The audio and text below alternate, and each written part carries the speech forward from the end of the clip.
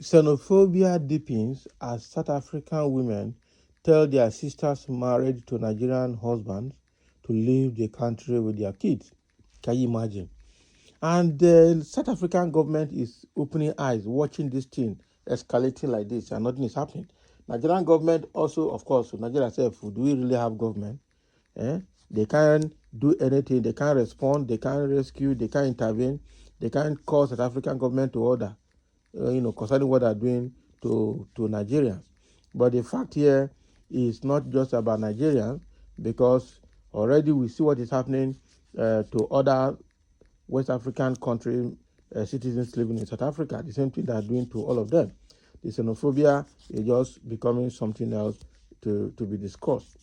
Okay, so now the xenophobia now, which is the fear of foreigners taking over their land, has gotten to a different level now, where the women in South Africa are now telling their sisters, or the people of South Africa are now telling their people that are married to Nigerians to leave the country with their children. They are pursuing their own sisters now simply because they are married to Nigerians. This thing is not a joke. It's not a joke at all. It's a very bad situation that both government, both South African government and Nigerian government, are watching and taking a different turn. Quite unfortunate.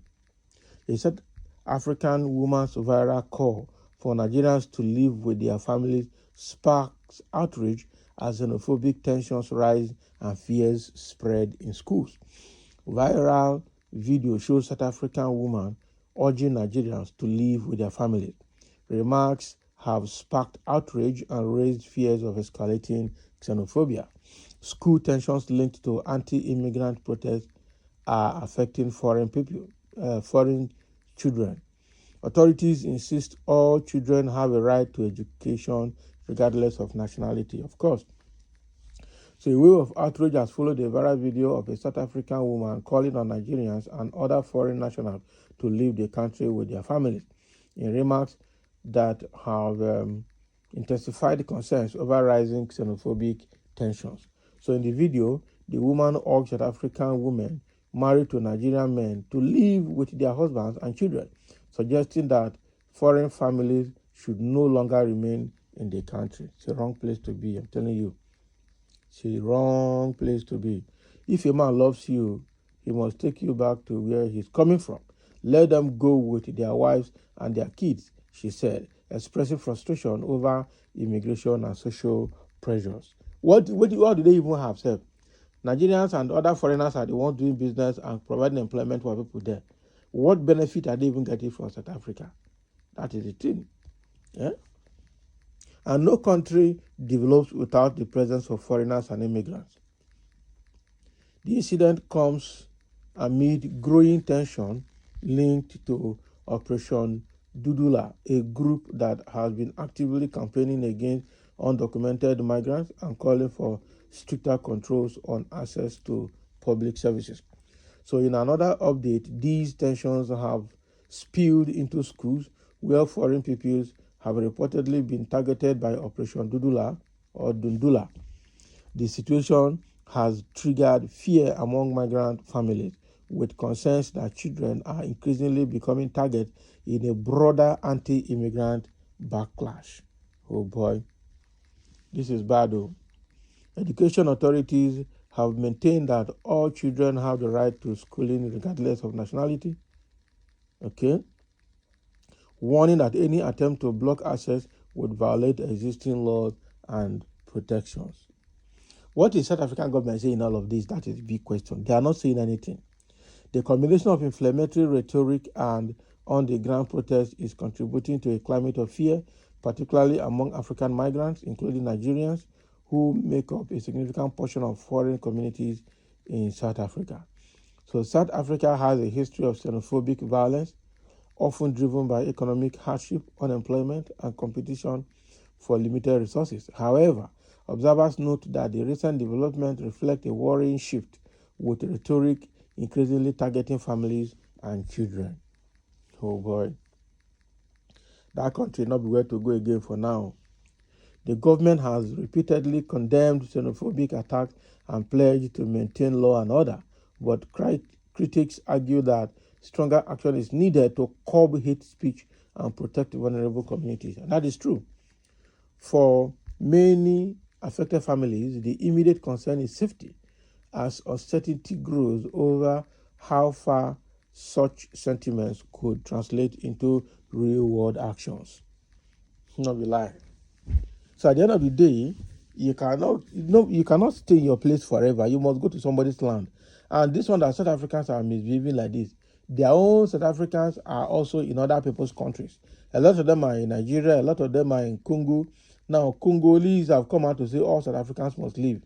A lot of them are in other parts of Africa, other West African countries. Okay, a lot of them are even in foreign lands like UK, US, and Canada, and all of that. So now they are disturbing. And meanwhile, when these countries, South Africa had issue of apartheid, okay, trying to get their freedom from British and at the same time trying to free Mandela, all Nigerians came together, all West African countries came together, all well-meaning African citizens came together to make sure that they support them to get their independence and free Nelson Mandela from the British prison. Now, the same people that helped you to achieve all of these things that you are pursuing from your country because of xenophobia. How easily people forget all these things. Quite unfortunate.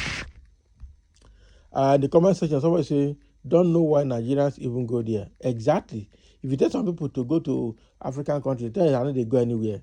I would rather stay in Nigeria. If I'm going to any foreign country, I will go to the Western world where my travel will make meaning. I would say my hate for South Africa is increasing. Okay, that's what somebody is saying there. So Nigeria was at the forefront of the anti-apartheid campaign when the whites were dealing with the blacks in South Africa like slaves. They have forgotten so soon. Nigeria gave scholarships to South African citizens. I remember doing NYC with a South African who studied at IFE on scholarship. Now they are killing Nigerians. It is a shame that our government has caused this untold hardship to Nigerians. Exactly.